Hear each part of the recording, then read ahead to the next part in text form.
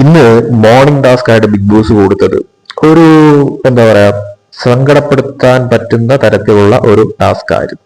സംഭവമൊന്നുമല്ല, ഈ പറയുന്ന തരത്തിൽ നിങ്ങൾ അവിടെ നിന്ന ദിവസങ്ങളിലൊക്കെ തന്നെയും എന്തെങ്കിലും തരത്തിൽ ആരെങ്കിലും ബുദ്ധിമുട്ടിച്ചിട്ടുണ്ടെങ്കിൽ അല്ലെങ്കിൽ അവരോട് മാപ്പ് പറയണം എന്ന് നിങ്ങൾക്ക് തോന്നുന്നുണ്ടെങ്കിൽ അത് ആരോടാണ്? അതോടൊപ്പം തന്നെ നിങ്ങൾക്കൊരു നന്ദി പറയാനായിട്ട് തോന്നുന്നുണ്ടെങ്കിൽ അത് ആരോടാണ് എന്നുള്ളത്. ആദ്യമേ തന്നെ അത് കേട്ട ഉടനെ അനീഷാണ് എഴുന്നേറ്റ് വന്നത്. അനീഷ് എഴുന്നേറ്റ് വന്നിട്ട് അനീഷിന് മാപ്പ് പറയാനുള്ളത് ആദിലയോടായിരുന്നു. അനീഷ് പറഞ്ഞ കാരണം എന്ന് പറയുന്നത്, ആദിലയോട് അനീഷ് ഈ പാത്രം കഴുകാനൊക്കെ ഒരുപാട് റിപ്പീറ്റ് ചെയ്ത് പറഞ്ഞിട്ടുണ്ടായിരുന്നു.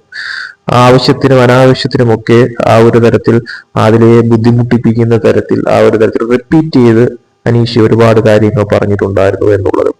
അപ്പോ പല കാര്യങ്ങളിലും കൂടുതൽ അതിലേക്ക് എതിരെ സംസാരിക്കുന്ന തരത്തിലോട്ട് കാര്യങ്ങൾ മാറിയിട്ടുണ്ടായിരുന്നു എന്നും പറഞ്ഞുകൊണ്ട് അതിലെ ആണ് അനീഷ് സോറി പറയുന്ന രീതിയിലേക്ക് തിരഞ്ഞെടുത്തത്. അപ്പോൾ ആദിലയോട് സോറി പറയുന്ന തരത്തിലായിരുന്നു അനീഷ് സംസാരിച്ചത്. അതോടൊപ്പം തന്നെ കുറേയധികം കാര്യങ്ങൾ പറഞ്ഞിട്ടുമുണ്ടായിരുന്നു. ആദില അനീഷിനെ കളിയാക്കുന്നതും കളിയാക്കി പാട്ട് പാടുന്നതും ഒക്കെ തന്നെ വളരെ ഫണ്ണായിട്ടുള്ള രീതിയിൽ പറഞ്ഞിട്ടുണ്ട്. അത് കഴിഞ്ഞതിന് ശേഷം ഇത് കേട്ട ഉടനെ ഈ ആദില എഴുന്നേറ്റ് വന്ന് അനീഷിനെ കെട്ടിപ്പിടിക്കുന്ന തരത്തിലോട്ടുള്ള ഒരു ഇത് കാണിച്ചിട്ടുണ്ടായിരുന്നു.